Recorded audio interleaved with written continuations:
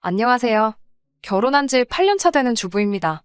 저한테 있었던 속 시원한 사이다 사연 하나. 저도 이렇게 여러분께 들려드리고 싶어 준비했습니다. 저는 5살 난 딸아이 키우고 있어요. 저는 어렸을 때 부모님과 함께 미국으로 이민을 가서 자란 교포이고요. 남편은 미국에서 만났는데 그 당시에 혼자 공부하러 온 유학생이었어요. 친정아버지가 미국에서 사업을 몇 개 하고 계시거든요.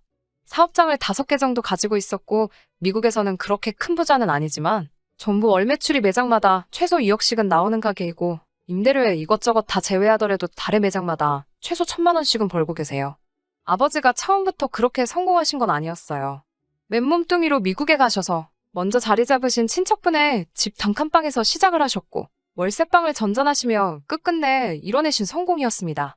미국은 어린아이가 혼자서 집에 있으면 안 돼요. 그래서 제가 학교를 다녀오면 어머니는 저를 일터에 데리고 나가셔서 접시 닦는 일 같은 걸 하셨고 아버지는 낮밤으로 하루에 2가지 일을 하시면서 돈을 모으셨습니다.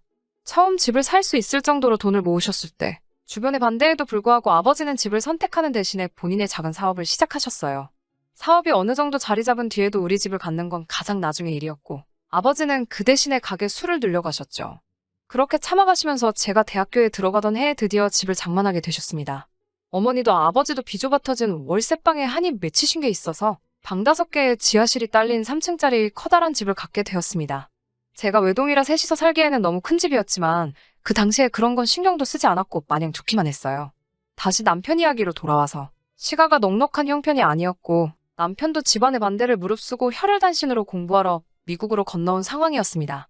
남편은 혼자 유학 생활을 하며 생활비 및 학비를 벌기 위해 짬이 나는 시간마다 친정아버지 소유 사업장에서 아르바이트식으로 일을 했었어요. 원래는 유학생 신분으로는 미국에서 일을 할 수 없는데 한국 사람들끼리는 서로 돕자는 의미로 쉬쉬하면서 일을 시켜주는 경우가 덜어 있거든요.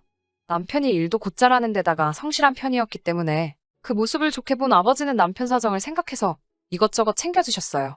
그러면서도 늘 돈 버는 것도 좋지만 공부하러 왔으니 학교를 우선시하라고 항상 말씀하시고는 했어요. 남편이 공부를 마무리할 때쯤 도무지 학교와 일을 병행할 수 없어서 일을 그만두게 되었는데 생활비 때문에 힘들어한다는 사실을 알게 되시고는 아무 조건 없이 남편에게 저희 집에 비는 방을 내어주셨습니다. 아버지가 의도하신 건 아니겠지만 저와 남편은 그렇게 한 집에서 지내며 서로 정이 들고 말았고 결국에는 결혼을 약속한 사이가 되었어요. 남편은 아직도 그때 생각을 하면 저희 아버지가 도와주신 덕분에 지금 저와도 결혼을 하게 되었고 이렇게 좋은 회사에 취직도 하고 잘 살고 있는 거라고 이야기합니다. 남편의 공부가 끝날 때쯤 부모님께 남편과 같이 한국에서 새로운 인생을 시작하려고 한다고 말씀드렸어요. 친정부모님은 남편의 사람됨됨이는 이미 알고 계셨기 때문에 저와 남편을 축복해 주셨지만 어려서부터 미국에서만 자라온 제가 걱정이 된다는 식으로 이야기를 하시더라고요. 저도 다 큰 어른인데 그래서 그런가? 그때는 아직도 부모님 눈에는 제가 어린아이처럼 보이는가 싶은 마음에 조금 화도 나고 이해가 되질 않았습니다. 한국으로 돌아가기 며칠 전부터는 남편에게 언제나 제 편이 되어달라는 부탁을 계속해서 하시더라고요. 저도 제 앞가림을 할 수 있다고 부모님께 화부터 냈는데 이제는 그게 무슨 말을 하시려고 했던 건지 이해를 할 수 있습니다. 다행히 저도 한국에 오고 나서 얼마 있지 않아 외국계 기업에 취직을 할 수 있었어요. 남편은 대기업 공채에 지원해보고 싶다고 해서 1년을 더 준비하기로 했습니다. 한국에 도착해서부터 같이 월세방을 구해 살림을 시작했고 6개월 정도 지나고 나서 식을 올리게 되었습니다. 그때부터가 시작이었던 것 같아요. 결혼을 준비하면서 시댁과의 크고 작은 사건이 한두 개씩 생기게 되었습니다. 결혼식을 앞두고 친정부모님도 한국에 오셨어요. 양가 부모님을 모시고 처음으로 만난 자리에서 시부모님이 저희에게 신혼집은 어디로 구할 건지 여쭤보더라고요. 시부모님께 지금 저희가 살고 있는 월세방이 있는데 신혼집을 따로 구할 이유가 뭐가 있느냐고 대답했지요. 그 말을 들으시곤 시부모님께서 너네한테 물어본 이야기가 아니라고 하시면서 저희 부모님 쪽을 보시면서 다시 물으시더라고요. 사돈네가 미국에서 사업을 크게 하는 걸로 알고 있는데 애들 월세방에서 정말 시작시킬 거냐고 아무리 그래도 집 한 채 정도는 해줘야 하는 것 아니냐고요. 저와 남편이 함께 새로운 시작을 하는 건데 저희 부모님이 저희가 살 집을 해주셔야 할 이유는 없잖아요. 저희 부모님도 월세방에서 시작하셔서 성공을 일궈내셨고 그걸 보고 커온 저였으니 그게 당연한 수순이라고 생각했어요. 다행히 친정부모님도 저와 남편의 신혼집을 월세방부터 시작하게 하실 생각은 없으셨고 위치 좋은 곳에다가 신축 아파트 전세를 마련해 주셨어요. 애초에 부모님 도움을 받을 생각은 없었지만 그래도 비좁고 교통도 별로였던 월세방보다는 좋기는 좋더라고요. 집을 해주시면서 혼수나 예단은 생략하기로 했는데 친정 부모님 덕분에 그동안 회사에 다니면서 모아두었던 돈이 여윳돈이 되어버린 상황이라 시가 식구들에게 제 나름대로 조그마한 선물을 준비하기로 했습니다. 시가 식구들을 시댁에 불러놓아 선물 전달식을 했어요. 그런데 다들 반응이 영 아니더라고요. 와인을 좋아하신다는 시어머니께는 치즈를 담을 수 있는 예쁜 나무 플레이트를 드렸는데 이게 뭐냐는 식으로 바로 찬장에다가 집어넣으셨고, 키가 커서 모델 같은 시누에게는 잘 어울릴 것 같은 가방을 사줬어요. 명품 같은 건 아니었고 백화점에서 한 30만 원 정도 하는 가방이었습니다. 나름 이게 분명히 잘 어울릴 거라고 고심해서 고른 건데 신우는 대번에 브랜드부터 따지더라고요. 요즘 자기 또래 중에 누가 여기 브랜드 가방을 드냐고 저보고 안목이 형편없다고 하면서 투덜대더라고요. 섭섭해 있는 와중에 시어머니께서 난 또 뭐라고 온 가족을 부르길래 뭐 대단한 거나 줄 알았는데 별것 아니라면서 불러 모은 김에 밥이나 먹으러 가자고 온 가족을 데리고 나가셨습니다. 먹는데도 눈치가 보여서 그때 계산도 제가 하고 말았어요. 결혼식이 끝나고 얼마 안 있어서 미국에 돌아가신 부모님께서 연락이 왔어요. 저희는 친척들도 미국에 있고 아버지가 사업을 하시면서 한국 교민들하고도 계속 좋은 관계로 지내오셨기 때문에 그 사람들을 위해서라도 미국에서도 한번 결혼식을 올리면 좋겠다고 하셨어요. 원래 회사를 다니기 시작한 첫 해에는 휴가를 낼 수가 없었기 때문에 회사의 사정을 잘 설명하고 한 달간 휴직을 하기로 했습니다. 남편은 아직도 취직 준비 중이었기 때문에 가서도 공부할 것들을 챙겨서 같이 미국으로 향했어요. 시간은 한 달 정도로 결혼식을 준비하기에는 굉장히 짧은 기간이었으니 친정 부모님과 저, 남편은 굉장히 바빴습니다. 그런데 식날이 바로 2주 정도로 다가오는데도 시가에서는 언제 오겠다는 말이 없으셨어요. 몸이 달아올라 제가 직접 전화를 드렸더니 전혀 생각하지도 못한 대답을 해왔습니다. 한국에서 결혼식은 이미 다 끝난 일이고 거기서는 사돈 내가 원해서 하는 건데 우리까지 우리 돈 내고 가야 하니? 세 사람이 미국 가는 비행기표 값이 얼만지나 알고 하는 이야기니? 라고 하시면서 대놓고 비행기표를 사놓으라는 식으로 이야기를 하더군요. 남편과 부모님한테는 도무지 이 사실을 말할 수가 없어서 울며 겨자 먹기로 결국 또 제가 모아놓은 돈으로 비행기표를 끊어드렸습니다. 2주 남짓한 기간인데 캐리어는 얼마나 큰 걸 가지고 오셨는지. 차 2대로 겨우겨우 시가 가족들을 태워서 집으로 향했습니다. 차 안에서 신우가 하는 말이 언니, 다음번에 미국으로 초대하실 때는 우리 엄마 아빠 자리라도 비즈니스로 끊어주세요. 아주 불편해서 허리가 접히는 줄 알았잖아요. 이럴 때라도 돈 많은 집 며느리 가지고 계신 것 좀 누리시고 언니도 그참에 효도도 하는 거죠. 라고 하면서 불평불만을 늘어놓더라고요. 다행히 친정아버지나 남편이 그건 못 들은 것 같아서 어색하게 알겠다고 웃으며 부랴부랴 넘겼습니다. 집으로 도착하니 시간이 어둑어둑해져 있더라고요. 마중을 나간 동안 어머니가 저희 집 뒷마당에서 바베큐 파티를 준비해 놓으셨어요. 식사가 끝나고 시가 식구들을 데리고 집으로 들어왔어요. 미국에서는 손님 초대를 하면 집구경을 시켜주는 문화가 있거든요. 집구경을 하시면서 시어머니가 저까지 보내고 이제 2분만 남으셨는데 집이 쓸데없이 넓기만 하네요. 역시 한국 아파트가 좋아라고 하셨어요. 대충 듣기에도 비아냥대시고 있다는 느낌을 받았는데 그 말에 친정 부모님은 넉살 좋게 웃으시며 그 덕분에 손님 방이 많이 남으니 마음에 드는 방에다가 짐 푸시고 그 방을 쓰시면 된다고 대답하셨죠. 그랬더니 시어머니께서 도끼 눈을 뜨시고는 아니 어떻게 손님 초대해놓고 어찌 자기 집에다 방을 내어줄 수가 있냐고 하시며 호텔을 잡아달라고 더부살이하는 느낌 들어서 도무지 편하게 있을 수가 없을 것 같다시며 성화를 내셨습니다. 신우도 거기서 대번에 집도 이렇게 크고 듣던 대로 돈도 많으신 것 같은데 다른 사람도 아니고 먼 길 비행기 타고 온 사돈 집에 너무 돈을 아끼시는 것 아니냐며 비행기도 그렇고 바쁜 사람들 초대해놓고 야박하게 구실 필요가 있냐며 옆에서 한마디 거들더라고요. 친정아버지 표정을 보니 화가 많이 나신 듯 보였지만 고개 숙이고 부끄러워하는 남편을 보더니 이해를 하신 건지 별말은 하지 않고 시가 식구들이 원하는 대로 해줬습니다. 결국은 집에서 45분 거리에 있는 시내까지 나가서 호텔을 잡아주고 왔습니다. 돌아오는 차 안에서 남편이 저에게 화를 내더라고요. 저보고 혹시 비행기표를 사준 거냐고 왜 그랬냐고 화내면서 언성을 높이다가 그 후에는 저에게 사과를 했어요. 미리 말해주지 못해 미안하다고 자기도 사실 저와 결혼하면서 시가의 이런 모습을 알고 있었기 때문에 걱정했다고 하면서요. 자기 유학을 반대한 것도 당장 자기가 졸업하자마자 취업해서 생활비를 보태야 하는데 돈을 더 쓰겠다고 하니 반대를 한 거고 그래서 아무런 지원을 받을 수 없었던 이유를 설명해 줬습니다. 그런 시댁의 모습이 너무 싫지만 하지만 가족인데 어떻게 저버릴 수 있겠냐면서 너무 고통스러워 하더라고요. 그 모습이 안쓰러워서 아무 말 못하고 있었는데 운전을 하고 계시던 친정아버지가 남편을 나무라지 않고 이해한다고 결혼은 일륜지대 사이고 이제 한 가족이 되었으니 남편의 일은 우리 가족의 일이나 마찬가지라고 하시며 오히려 어려운 일이 있으면 꼭 상의하라고 하셨어요. 남편은 그 말에 꺼이꺼이 울면서 몇 번이고 감사하다고 대답했고, 저에게는 두 번 다시 결혼식 이후로 아무런 상의 없이 시가에 무엇을 해준다거나 하는 일은 없도록 해달라고 부탁을 했어요. 시댁 식구들은 애초에 결혼식 준비는 도와줄 생각도 없었던 것 같습니다. 오히려 결혼식보다 이왕 온 김에 미국 관광을 하러 왔다는 느낌이 더 들었어요. 호텔은 심심해 죽겠다면서 나이아가라 폭포 관광여행을 끊어달라고, 본인들은 결혼식 날에만 참석하면 되는 것 아니겠냐고 하더라고요. 친정아버지는 남편의 상황을 전부 이해하신 듯 그러자꾸나 하시고 시가 식구들이 원하는 대로 다 해줬습니다. 그리고 그렇게 미국에서 결혼식을 끝내고 시가와는 최대한 접촉을 피해가며 두 사람만의 행복한 결혼 생활을 시작했습니다. 그리고 결혼 2년 차에 우리 가정에 축복이 찾아왔어요. 첫 아이를 갖게 된 거죠. 축복이가 태어나고부터 친정 부모님께서도 한국에 더 자주 드나들게 되었어요. 손주가 그렇게 예쁜지 계절마다 한 번씩은 꼭 나오셔서 손주와 시간을 보내고 가셨어요. 그에 반해 시가 식구들은 손주며 조카며 별로 관심이 없어 보이더라고요. 차라리 그런 무관심이 더 편했어요. 친정 부모님께서 생각보다 자주 한국에 방문을 하시게 되니 지낼 곳이 마땅치 않으셨는지 한국에 집을 하나 구입하셨습니다. 강원도에 있는 바다가 보이고 정원이 딸린 전원주택을 하나 구하셨어요. 손주 보러 오신 건데 집을 가까이 구하지 그랬냐고 물으니 은퇴하시게 되면 한국으로 여기민을 오시는 것도 생각하고 계시다고, 그때가 되면 공기 좋은 곳에서 조용히 살고 싶어 정한 거고, 애초에 축복이를 보러도 워낙에 짧은 일정으로 오시니까 사실 계시는 기간 동안은 저희 집에 머무셔도 되니 문제가 없었죠. 부모님이 미국에 계신 동안 저는 그 집을 일주일에 딱 한 손님만 받고 주말에 제가 내려가서 정리하고 오는 식으로 펜션식으로 운영을 해볼까 하는 생각에 제 소셜페이지에 글을 올렸어요. 사업으로 크게 하려는 생각은 없었고 그냥 부수입이 생기면 좋겠다는 생각이었습니다.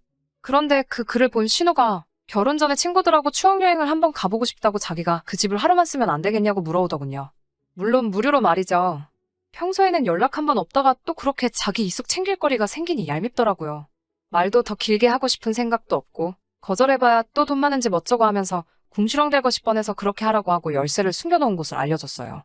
제가 관리하기도 하고 지역이 워낙 멀기도 해서 보안상의 이유로 강원도 그 집에 현관문이 열리게 되면 현관문과 입구 쪽 카메라가 저에게 자동으로 전송이 되게 해놓았어요. 그런데 신우랑 같이 그 집을 찾은 사람은 신우가 말한 본인의 친구들이 아니었습니다. 신우가 어떤 남자와 단둘이서 집 안으로 들어가는 사진이 제 폰으로 전송이 됐어요. 심지어 그 남자는 결혼하기로 한 사람도 아니었고요. 친구랑 추억여행을 한다고 했으니 저는 처음에는 정말 친한 이성 친구겠거니 싶었죠. 남녀 사이에 절친이 될 수도 있잖아요. 하지만 신우가 그 집을 다녀간 다음 주말 청소하러 내려간 강원도 집에서 저는 경악을 금치 못했습니다. 신우가 그 집을 사용하고 나서 제가 직접 청소 같은 자잘한 관리를 한다는 사실은 생각도 못했는지 아주 말 그대로 난장판을 만들어 놓은 상황이었습니다. 주방 집기들도 다 꺼내놓고 설거지는 물론 음식 쓰레기조차 따로 모아놓지 않은 채였고 그로 인해 집안은 악취가 진동을 하더라고요. 속으로 욕을 겨우겨우 참아가면서 정리를 다 해놓고 방 정리를 하러 2층으로 올라갔습니다. 그런데 뭔가 이상하더라고요. 방이 3개 딸린 집인데 방 2개는 문을 열었던 흔적도 없었습니다. 친구와 같이 갔으니 방 2개를 사용했을 거라 생각했는데 신우는 창문으로 바다가 보이는 안방만 사용했던 것 같았어요. 그런데 방 청소를 하면서 아주 역겨워 죽을 뻔했습니다. 신우가 데려온 그 사람이 무슨 상대인지는 모르지만 그 방에서 두 사람이 서로 사랑한 흔적들을 온 방 안에다가 뿌려놓고 갔더군요. 치우다 여기저기 묻은 끈적끈적한 것들 때문에 도무지 참을 수가 없어서 신우에게 이게 무슨 경우냐고 전화를 했습니다. 신우가 대번에 거기에 언니가 왜 있냐면서 울고불고 난리더라고요. 제발 결혼할 사람에겐 말하지 말아달라고 빌면서 말이죠. 그래도 신우가 얼굴 하나만큼은 이쁜 편이라서 어디서 돈 잘 버는 남자를 물어와 결혼을 하게 된 것이었는데 실은 그날 같이 여행을 온 사람은 결혼할 사람과 만나기 전까지 사귀던 애인이었다고 하네요. 신우가 저에게 2번 다시 귀찮게 안 할 테니 제발 모르는 척 해달라고 이 결혼을 꼭 하고 싶다고 울며불며 필길래 그렇게 해줬어요. 결혼한 그 남자한테는 정말 미안한 일이지만 제 마음의 평화도 중요했기 때문에 그러기로 했어요. 그날 이후로 거리도 너무 멀고 돈 얼마 더 벌자고 모르는 사람들이 집을 사용하게 하는 것이 본전도 안 되는 것 같아 펜션식으로 운영을 하는 건 포기하기로 했습니다. 그 집은 그냥 한동안 빈집으로 내버려뒀어요. 그러던 어느 날 시부모님에게서 연락이 왔어요.